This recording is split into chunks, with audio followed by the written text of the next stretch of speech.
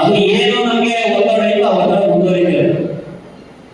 ನಾನು ಕೇಳ್ಕೊಳ್ಳೋದಿಷ್ಟೇ, ಸಂಘದ ಮುಖಾಂತರ ಎಷ್ಟೋ ನೌಕರರು ತಾಲೂಕು ಮಟ್ಟದಲ್ಲಿ ಜಿಲ್ಲಾ ಮಟ್ಟದಲ್ಲಿ ತಪ್ಪು ಮಾಡಲೇ ಬಲಿಪಶು ಆಗ್ತಿದ್ದಾರೆ. ಉಪರಿಷ್ಟ ಮಾಡಿ ತಪ್ಪಿಗೆ ಕೊಡ್ಲಿ ಕೃಷಿಗಳಲ್ಲಿ ಚುಚ್ಚಿ ಅವನ್ನ ಮಠಸ್ ಮಾಡುವಂತಹ ಸಿಸಿಎಲ್ ಮಾಡ್ತಾರೆ, ಏಕೈಕಿ FIR ಮಾಡ್ಬೋದು, ಅವ್ರ ಮನೆ ಹಾಳು ಮಾಡಬಾರ್ದು, ಈ ಕೆಲಸ ಮಾಡ್ತಾರೆ. ಬೇರೆ ಮಾಡ್ಕೊಡಿ, ಏಕೈಕಿ FIR ಅವ್ರ ಮನೆ ಹಾಳು ಮಾಡೋದು. ನೋಡಿ ಏನ್ ತಪ್ಪು ಮಾಡಿದ್ದಾನೆ, ಏನ್ ಮಾಡಿದ್ದಾನೆ, ಇಲಾಖೆ ಮಾಡಿ ಕಟಕ್ ಮಾಡಿ ಎಲ್ಲ ಮಾಡಿ ಮಾಡೋಣ. ನಾನು ನನ್ನ ಅನುಭವದಲ್ಲಿ ನೋಡಿದ್ದೀವಿ. ಇವರು ನಮ್ಮ ಸರ್ಕಾರಿ ನೌಕರರು ಅವರು ದಾಸಿ ಆಗೋದ್ರ ಜೊತೆಗೆ ಅವರ ಮನೆಯವರು, ಅವರ ಹೆಂಡತಿ ಮಕ್ಕಳು ಕೂಡ ತುಂಬಾ ಆಘಾತಕ್ಕೊಳಗಾಗ್ತಾರೆ. ಉದ್ದೇಶಪೂರ್ವಕವಾಗಿ ಮಾಡಿದ, ಬೇಕಾದ್ರೆ ಮಾಡಿದ, ಬೇಕಾದ್ರೆ ಅವರ ಬಲಿಗೆ ಅದಕ್ಕೆ ನಮ್ಮ ಇದರಲ್ಲಿ ಎಷ್ಟೋ ಒಂದು ಸಿಸಿಗಳನ್ನು ಮಾಡ್ತಾ ಇದ್ದಾರೆ, ಎಷ್ಟೋ ಒಂದು ಇಲಾಖೆ ವಿಚಾರಣೆ ಮಾಡ್ತಾ ಇದ್ದಾರೆ. ಯಾವುದು ಕೂಡ ಸಮರ್ಪಕವಾದ ದಾಖಲೆಗಳನ್ನ ಇಟ್ಕೊಂಡು ಸಮರ್ಪಕವಾದ ರೀತಿಯಲ್ಲಿ ಏನು ಅವರು ಇಲಾಖೆ ವಿಚಾರಣೆಯ ಪ್ರಕ್ರಿಯೆಗಳಿರ್ತವೆ, ಮಾನದಂಡಗಳಿರ್ತವೆ, ಅದು ಪ್ರೊಸೀಜರ್ ಇರ್ತದೆ, ಪ್ರೊಸೀಜರ್ನ ಫಾಲೋ ಮಾಡಿದ್ರೆ ಮಾಡ್ತಾರೆ. ಈಗ ಒಂದು ಶಿಕ್ಷಕ ವೃತ್ತಿ ಇರ್ತಿತ್ತು, ಭಾರಿ ಈಸಿ ವೃತ್ತಿ ಇರ್ತಿತ್ತು. ಈಗ ಶಿಕ್ಷಕ ವೃತ್ತಿ ಮಾಡಲಿಕ್ಕೆ ಎಷ್ಟು ಕಷ್ಟ ಆಗ್ತದೆ ಆ ಹೊಟ್ಟೆಯಿಂದ ಇದೆ. ಯಾಕಂದ್ರೆ ನನ್ನ ಹೋಗೋದ್ರ ಟೀಚರ್, ಹೆಂಡಿನ ಟೀಚರು, ನಾಲ್ಕಿನ ಟೀಚರ್ ಎಲ್ಲ ಟೀಚರ್ ಐದು ರೂಪಾಯಿಗೆ ಸ್ಪಾನ್ಸರ್ ಮೊಟ್ಟೆ, 7 ರೂಪಾಯಿ ಆದ್ರೆ ಟೀಚರ್ಗಳು ನಾವು ಕೊಡಬೇಕು. ಅದ್ರ ಮೊಟ್ಟೆನ ಸೈಜ್ ನೋಡ್ಬೇಕು, ಆಯ್ತಲ್ಲ. ಮಕ್ಕಳ ಮೊಟ್ಟೆ ಬೇಕು ಅಂತ ಕೊಡಬೇಕು, ಇಲ್ಲ ಚಿಕ್ಕಿ ಅದೇ ಮಾಡಿ ಇದೆ ಅಂದ್ರೆ ಅದೇನೋ ಕಥೆಗಳು. ಮನೆ ಕೂಡ ನಾನು ಶಿಕ್ಷಕ ಮಿತ್ರರು ನನಗೆ ಮನೆ ಕೊಟ್ಟಿದ್ದಾರೆ, ಅದನ್ನ ಸರ್ಕಾರಿ ಕೆಲಸ ನಾನು ಮಾಡಿದ್ದೀನಿ. ಇಷ್ಟು ಒತ್ತಡದಲ್ಲಿ ನಾವು ಬೇರೆ ಇದ್ದೀವಿ. ನಾನು ಸಂಘನ ಕೇಳ್ಕೊಳ್ಳೋದು ಇಷ್ಟೇ, ಹೊಸದಾಗಿ ಬಂದರೆ ಹಳೆ ಸಂಘ ಕೂಡ ಪರಿಣಾಮಕಾರಿಯಾಗಿ ಕೆಲಸ ಮಾಡಿದ್ರೆ ನಾನು ಏನು ಕೆಲಸ ಮಾಡಿಲ್ಲ ಅಂತ ಹೇಳ್ತಾ ಇಲ್ಲ. ಈಗ ಆಧುನಿಕತೆ ಜಾಸ್ತಿ ಆದಂಗೆ ನಮಗೆ ತಲೆನೋವುಗಳು ಜಾಸ್ತಿ ಆಗ್ತಿದ್ದಾವೆ. ಡ್ಯಾಶ್ ಬೋರ್ಡ್ ಅಂತ ಇದೆ ಸೆಂಟ್ರಲ್ ಆಫೀಸ್ ಕರ್ನಾಟಕ ರಾಜ್ಯಗಳಲ್ಲಿ, ಅಲ್ಲಿ ಒತ್ತಿರೋ ಸಾಕು ಇದ್ದಿದ್ದವ್ರ ಹತ್ರ ಎಷ್ಟಿದೆ ಅಷ್ಟಿದೆ ಪೆಂಡಿಂಗ್ ಇದೆ. ಅದನ್ನೆಲ್ಲ ಮಾಡಿ ನಾಳೆಗೆ ಮಾಡಬೇಕು, ನಾಳೆಗೆ ಮಾಡಬಹುದು, ಆಗಲ್ಲ. ಎಲ್ಲ ಹೈರಾಣ ಹೋಗಿದ್ದಾರೆ ಸರ್ಕಾರಿ ನೌಕರಿ ಅಂದ್ರೆ. BP, ಶುಗರ್, ಹಾರ್ಟ್, ಮೂಳೆ, ಕಿಡ್ನಿ, ಲಿವರ್ ಎಲ್ಲ ಒಂದು ಹೋಗ್ತಿದ್ದಾರೆ. ನಾನು ಇಷ್ಟೇ ಹೇಳೋದು, ಸಮರ್ಥವಾಗಿ ಹೇಳಬಹುದು, ಸಮರ್ಥವಾದ ರೀತಿಯಲ್ಲಿ ಹಾಸನ ಜಿಲ್ಲಾ ಸರ್ಕಾರಿ ನೌಕರರ ಹಿತವನ್ನ ಕಾಪಾಡಬೇಕು. ಗೊತ್ತಾಯ್ತಾ? ಎದೆ ಎತ್ತಿ ಮಾತಾಡಬೇಕು.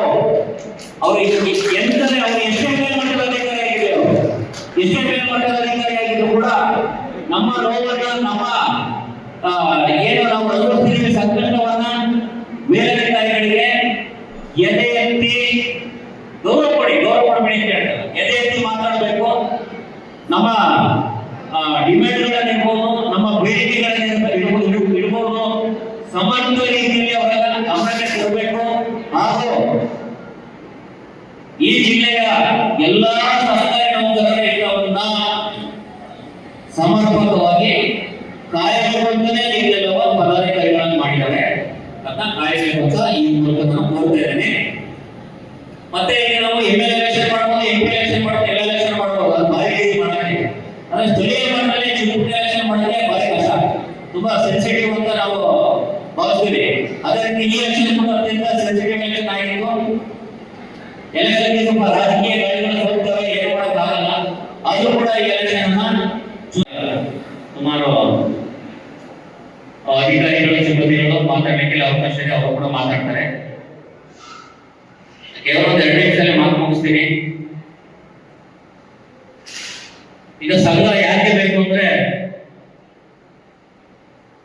ಇಲ್ಲಿ ಸರ್ಕಾರಿ ನೌಕರ ಅಂತಲ್ಲ, ಸಂಘ ಅನ್ನುವಂತ ಪರಿಕಲ್ಪನೆ ಎಲ್ಲ ಕಡೆ ಇದೆ. ಪ್ರೈವೇಟ್ ಸೆಕ್ಟರ್ ಅಲ್ಲಿ ಇದೆ, ಗೌರ್ಮೆಂಟ್ ಸೆಕ್ಟರ್ ಅಲ್ಲಿ ಇದೆ, ಮತ್ತೆ ಎಲ್ಲ ರೂಪಗಳಲ್ಲಿ ಇದೆ. ಬರೀ ಸರ್ಕಾರಿ ನೌಕರರ ಹಿತವನ್ನು ಕಾಯಲಿಕ್ಕೆ ಮಾತ್ರ ಸಂಘ ಅಂತಲ್ಲ, ಸಾಮಾನ್ಯ ಮನುಷ್ಯನ ಸಾಮಾಜಿಕ ಜೀವನದ ಹಿತವನ್ನು ಕಾಯಲಿಕ್ಕೆ ಕೂಡ ಸಂಘ ಬೇಕು. ಸಂಘ ಯಾಕೆ ಮಾಡ್ಕೊಳ್ತೀವಿ ಅಂತ ಹೇಳಿದ್ರೆ, ಇಲ್ಲೂ ಕೂಡ ನಾವು ಶೋಷಣೆಗೆ ಒಳಗಾಗಬಾರ್ದು. ಏನು ನಮ್ಮ ಸಂವಿಧಾನಬದ್ಧವಾಗಿ ನಮಗೆ ಹಕ್ಕುಗಳನ್ನ, ಕರ್ತವ್ಯಗಳನ್ನ, ಸವಲತ್ತುಗಳನ್ನ ನೀಡಿದರೆ, ಆ ಸವಲತ್ತುಗಳನ್ನ ನಾವು ಅನುಭವಿಸುವಲ್ಲಿ ಯಾವ ರೀತಿ ತೊಡಕುಗಳು ಇರಬಾರ್ದು, ತೊಡಕುಗಳು ಆಗಬಾರ್ದು, ತೊಡಕುಗಳನ್ನ ಯಾರು ಕೊಡಬಾರ್ದು ಎನ್ನುವಂತ ಉದ್ದೇಶ. ಮತ್ತು ಏನು ಸಂಘ ಈಗ ಸಂಘವನ್ನ ಚುನಾಯಿತ ಪದಾಧಿಕಾರಿಗಳು ಹೊಸದಾಗಿ ಸಂಘವನ್ನು ಮಾಡಿಕೊಂಡಿದ್ದಾರೆ, ಅಥವಾ ಈ ಹಿಂದೆಯಿಂದ 5 ವರ್ಷದಿಂದ ಸಾಗಿರ್ಬೋದು. ಎಲ್ಲೂ ಕೂಡ ಸರ್ಕಾರಿ ನೌಕರರ ಶ್ರೇಯೋಭಿವೃದ್ಧಿಗೆ ಶ್ರಮಿಸಿದಂತ ಸಂಘ ಆಗಿರ್ತದೆ. ಈಗ ನಾನು ಒಬ್ಬ ತಹಶೀಲ್ದಾರ್ ಆಗಿ ಒಂದು ತಾಲೂಕಿನ ಆಡಳಿತದ ಮುಖ್ಯಸ್ಥನಾಗಿ ನಾನು ಏನ್ ಹೇಳಬೇಕು ಅಂತ ಬಯಸ್ತೀನಿ ಅಂತ ಹೇಳಿದ್ರೆ, ಈಗ ನಮಗೆ ಸರ್ಕಾರಿ ನೌಕರಿನೇ ಬೇಡ ಅಂತ ಹೋಗಿದೆ. ನನ್ನ ವೈಯಕ್ತಿಕ ಹೇಳೋದಾದ್ರೆ, ಪಾನಿಪುರಿಯನ್ನ ಗೋಬಿಯನ್ನು ಇಟ್ಕೊಂಡು ಜೀವನ ಮಾಡುವ ನಮಗೆ ಎಷ್ಟು ಸುಖವಾಗಿ ಜೀವನ ಮಾಡ್ತಾನೆ. ನನ್ನ ವೈಯಕ್ತಿಕವಾಗಿ ನಿಮ್ಮೆಲ್ಲರೂ ನಾನು ಹೇಳ್ತೇನೆ, ಅಷ್ಟೊಂದಿಗೆ ಪೀಸ್ ಆಫ್ ಮೈಂಡ್ ಇದೆ, ಅವನಿಗೆ ನೆಮ್ಮದಿ ಇದೆ. 8 ಮಕ್ಕಳ ಜೊತೆ ಕಾಲ ಕಳೀತಾನೆ. ನಾವು 8 ಮಕ್ಕಳನ್ನ ಟೂರ್ ಹೋಗ್ಬೇಕು, ಟೂರ್ ಕರ್ಕೊಂಡು ಹೋಗ್ತಾನೆ, ಎಲ್ಲಿ ಹೋಗಿ ಕರ್ಕೊಂಡು ಹೋಗ್ಬಿಡ್ತಾನೆ. ನಮ್ಗೆ ದುರದೃಷ್ಟವಶ ನಮ್ಮ ದೇವಸ್ಥಾನ ಕರ್ಕೊಂಡೋಗಿ ಒಂದು ದರ್ಶನ ಮಾಡ್ಸಕ್ಕೆ ನಮ್ಗೆ ಯೋಗ್ಯತೆ ಇಲ್ಲ ಅಂತ ಆಗೋಗಿದೆ. ಬರೀ ಒತ್ತಡ. ಶಾಸಕರಿಂದ ಏನು ಶಾಸನಗಳನ್ನು ಮಾಡ್ತಾರೆ, ಕಾರ್ಯನಿರ್ವಹಿಸಲು ಬ್ಯೂರೋಕ್ರೇಟ್ಸ್ ಅಂತ ನಮ್ಮ ಕೆಲಸ, ನಮ್ಮ ಕೆಲಸದ ಉಪಕರಣ. ಸರ್ಕಾರ ಏನು ಕಾಯ್ದೆ ಕಟ್ಟಳೆ ಶಾಸನಗಳನ್ನ ರೂಪಿಸ್ತದೆ, ಏನು ಯೋಜನೆಗಳನ್ನ ತರ್ತದೆ, ಎಲ್ಲ ಇಲಾಖೆ ಮುಖಾಂತರ, ಕಂದಾಯ ಇಲಾಖೆ ಅಂತಲ್ಲ, ಅಗ್ರಿಕಲ್ಚರ್, ಹಾರ್ಟಿಕಲ್ಚರ್, ಸಮಾಜ ಕಲ್ಯಾಣ, RDP, PWD, ಮತ್ತೆ ಕುಡಿಯುವ ನೀರು, ನೈರ್ಮಲ್ಯ, ಗ್ರಾಮೋದ್ಯೋಗ, ಏನೆಲ್ಲ ಇಲಾಖೆಗಳ ಸರ್ಕಾರದ ಸವಲತ್ತು ಪ್ರತಿಯೊಬ್ಬ ಸಮಾಜದ ಕೊನೆಯ ನಾಗರಿಕರಿಗೆ ತಲುಪಬೇಕು. ಅದನ್ನು ತಲುಪಿಸೋದು ನಮ್ಮ ಜವಾಬ್ದಾರಿ ಇದೆ. ಅದನ್ನ ನಾವು ಹೋಗ್ತೀವಿ, ನೀವು ಹೋಗ್ತೀರಾ. ಆದ್ರೆ ಇತ್ತೀಚೆಗೆ ಏನಾಗ್ತಾ ಇದೆ, ಮೊಬೈಲ್ ಬಂದಿದೆ, ಡ್ಯಾಶ್ ಬೋರ್ಡ್ ಬಂದಿದೆ, ರಾಜ್ಯ ಮಟ್ಟದಲ್ಲಿ ನಮ್ಮ ಪ್ರಗತಿಯನ್ನು ವೀಕ್ಷಣೆ ಮಾಡ್ತಾರೆ. ರಾಜ್ಯ ಮಟ್ಟದಲ್ಲಿ ನಾವು ಏನು ಎಲ್ಲ ವಿವಿಧ ಇಲಾಖೆಗಳು ಏನೋ ಪ್ರೋಗ್ರೆಸ್ ಮಾಡ್ತಾ ಇದ್ವಿ, ಪ್ರೋಗ್ರೆಸ್ ಅನ್ನ ವೀಕ್ಷಣೆ ಮಾಡ್ತಾರೆ, ಶೋಕಾಸ್ ನೋಟಿಸ್ಗಳನ್ನ ಕೊಡ್ತಾರೆ, ಒತ್ತಡ ಇರ್ತಾರೆ, ಒಪ್ಪುಗಳು ಜಾರಿ ಮಾಡ್ತಾರೆ, ಇಲಾಖೆ ವಿಚಾರಣೆಗಳನ್ನ ಕಂಡಕ್ಟ್ ಮಾಡ್ತಾರೆ, ಸ್ಪ್ರೆಡ್ಶೀಟ್ ಬಿಡ್ತಾರೆ, ವಾಟ್ಸ್ಆಪ್ ಗ್ರೂಪ್ ಮಾಡ್ತಾರೆ. ಎಲ್ಲ ಈಗ ಬಿಟ್ಟರೆ ಸಂಜೆ ಒಳಗೆ ಅವರಿಗೆ ನಾವು ಸ್ಪ್ರೆಡ್ಶೀಟ್ ಹಾಕಬೇಕು, ಸಂಜೆ ಒಳಗೆ ನಾವು ವಾಟ್ಸಪ್ಗೆ ವರದಿ ಕೊಡಬೇಕು, ಸಂಜೆ ಒಳಗೆ ನಾವು ಕಳಿಸ್ಬೇಕು, ಕೇಳಿದ್ರು ಕಳಿಸ್ಬೇಕು. ಎಷ್ಟು ಚಿತ್ರ ವಿಷಯ ಆಗ್ತಾ ಇದೆ ಅಂತ ಹೇಳಿದ್ರೆ, ನನ್ನ ವಿಚಾರದಿಂದ ಪಾಪ ಇಡೀ ನಮ್ಮ 8 ತಾಲೂಕಿಗೆ ಅತ್ಯಂತ ಕನಿಷ್ಠ ಸಿಬ್ಬಂದಿಗಳನ್ನ ಉಪಯೋಗಿಸಿಕೊಂಡು ಕೇವಲ 16 ಮಿಲಿಯನ್ ಅಕೌಂಟೆಂಟ್ಗಳನ್ನ ಉಪಯೋಗಿಸಿಕೊಂಡು ನಾನು ಈ ಚಾಲೆಂಜ್ ಮಾಡ್ತಾ ಇದ್ದೀನಿ. ನಾನು 8 ತಾಲೂಕಿಗೆ ಚಾಲೆಂಜ್ ಮಾಡ್ತಾ ಇದ್ದೀನಿ. ಇವತ್ತು ಕೂಡ ನಾವು ಅರಸೀಕೆರೆಗೂ ಕಮ್ಮಿ ಇಲ್ಲ, ಚಂದ್ರಪಟ್ಟಣಕ್ಕೂ ಕಮ್ಮಿ ಇಲ್ಲ. ಗವಿದ ಕೆಲಸ ಕಾರ್ಯದಲ್ಲಿ ನಾವು ಮಾಡ್ತಾ ಇದ್ದೀವಿ. ಅಷ್ಟು ಗೋಳು ತಿಂತೇವೆ ನಮ್ಮ ವಿಲೇಜ್ ಅಕೌಂಟೆಂಟ್ಸ್ನ, ನಮ್ಮ ಕಚೇರಿ ಸಿಬ್ಬಂದಿಗಳನ್ನ ಅಷ್ಟು ಗೋಳು ತಿಂತೇವೆ. ಇದಕ್ಕೆ ಕಾರಣ ಏನಂತಂದ್ರೆ, ಅವೈಜ್ಞಾನಿಕವಾಗಿ ನಮಗೆ ಕೊಡುವಂತ ಟಾರ್ಗೆಟ್ಗಳು, ಅವೈಜ್ಞಾನಿಕವಾಗಿ ನಮಗೆ ಟಾರ್ಗೆಟ್ ಕೊಡ್ತಾ ಇದ್ದಾರೆ. ಇವತ್ತು ಮೀಟಿಂಗ್ ಮುಂದಿನ 4 ವರ್ಷಕ್ಕೆ ಎಲ್ಲ ಮಾಡಿ ಮುಗಿಸ್ಬೇಕು. ಒಂದು ಕೆಲಸ ಕೊಡಲಿ, 2 ಕೆಲಸ ಕೊಡಲಿ, ನಮಗೆ ಕಾಲಾವಕಾಶ ಕೊಡಲಿ, ನಾವು ಮಾಡ್ತೀವಿ. ನಾವು ಕಾಲಾವಕಾಶ ಕೊಟ್ಟರೆ ಡಿಲಿವರ್ ಮಾಡ್ತೀವಿ.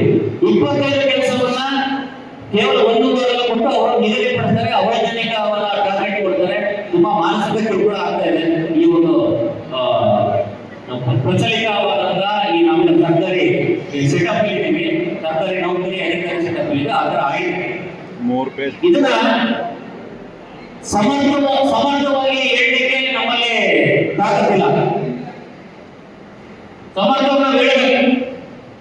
ನೀವು ಅವೈಜ್ಞಾನಿಕವಾಗಿ ಟಾರ್ಗೆಟ್ ಕೊಡ್ತಿದ್ರೆ ನಾವು ಮಾಡೋಕ್ಕಾಗಲ್ಲ, ನಮ್ಗೆ ಈ ತರ ಟಾರ್ಗೆಟ್ ಕೊಡಿ, ನಾವು ಮಾಡ್ತೀವಿ.